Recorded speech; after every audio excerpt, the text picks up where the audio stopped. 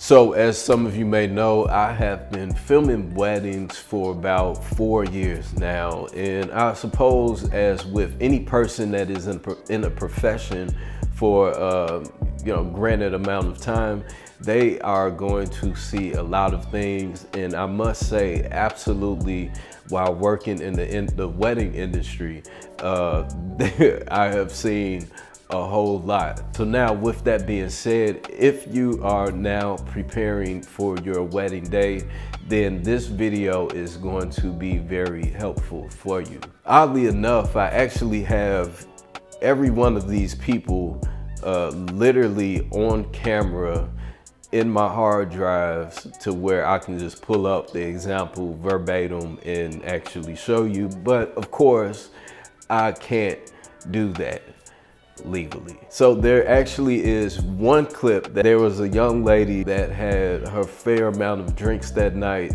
and she literally tripped and fell over nothing and almost knocked, well, she did knock over one of my light stands. Almost. The DJ called it. But I must say it's pretty damn funny. So now on to the topic at hand. We are going to talk about the top 5 people that will be at your wedding and how it is you want to deal with them. So now let's start off with the one that I technically already kind of started it off with, and that is a drunk guest. Now, honestly, man, there's not too many ways that you can avoid that. I mean, for the most part, everyone wants to get drunk, but as you may know, different people are different types of drunks. And if you know that someone is a loud and obnoxious drinker, then definitely, pulling them to the side beforehand and letting them know, hey man, we gonna kick it, but not tonight. Or even definitely just having another loved one in the family actually keep an eye on them. True story, I shot my cousin's wedding and he was pretty damn drunk, and I legit had to force him to drink to finish a cup of water, because by the time they said I do, they ate, bro ass was slapped.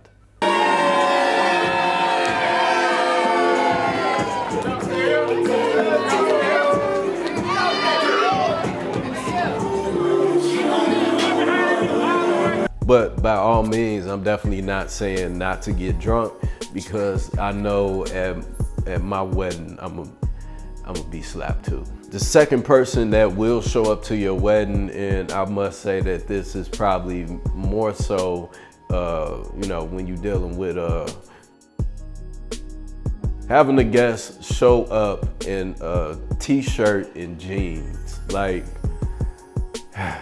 I get it, everybody doesn't, necessarily dress a certain type of way, but come on, man. Come on, man. Great way that you can absolutely avoid this from happening is to include on your wedding invitations that formal attire is necessary. Now, one of the biggest reasons why I say this, especially if they are at the ceremony, at the reception, is free game. But definitely during the ceremony, you want to do that simply because if they are in a shot, we definitely don't want the shot to be tainted by Uncle JoJo in a platinum FUBU shirt. The next guest that we're going to talk about is the loud guest. Now, this guest honestly probably doesn't even have to be drunk. Like, they are just loud in general. And honestly, aside from having someone attempt to calm them down, I really don't think there's nothing you can do about that. Yeah. You just gotta deal with that. It's crazy that I would even have to mention this type of guest, but this actually does happen, and that is the drama-fied guest. Yes, the guest that comes with all the drama for your mama. It's crazy too, because I've actually seen it on both spectrums of men and women literally like being party poopers. Yes, I can't believe I just said party poopers. You really want to be able to enjoy yourself, enjoy your time. 9 out of 10, everyone's going to be drunk, having fun. You really don't want for someone to be there that is going to bring down the vibe. So I would suggest, absolutely, if you know this person is like that, then don't even let them come.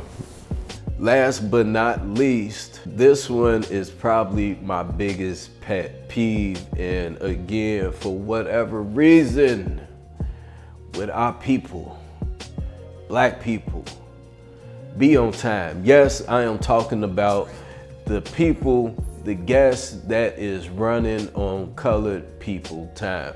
Now, I must say this, and I'm just being 100. You know, we can't be on time in general, you know what I'm saying, as is. Now, typically with weddings, it's always going to run somewhat behind time. But when we are running behind time and you are still late, now, the biggest issue with this is that it's literally a distraction for them to come in as the as the ceremony has already begun. They'll come try to rush down the aisle last minute or into the room, into the outside area, whatever the case may be. Them attempting to come in and get a seat is very, very distracting. Essentially, it slows up the process. 2 great ways that you can absolutely attempt to avoid it is to include the times of the ceremony that the doors will absolutely lock. Like, you're not coming in here if you have not sat down by this time, and actually hold that accountable by giving that task to your coordinator, your ushers, whoever the case may be.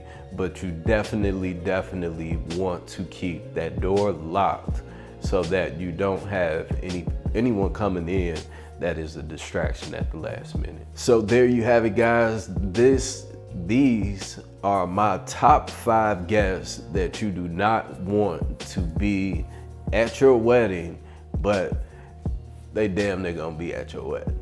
If you found this information helpful, by all means, give me a thumbs up. Let me know what you think. Like, subscribe to the channel, and until next time, peace and love.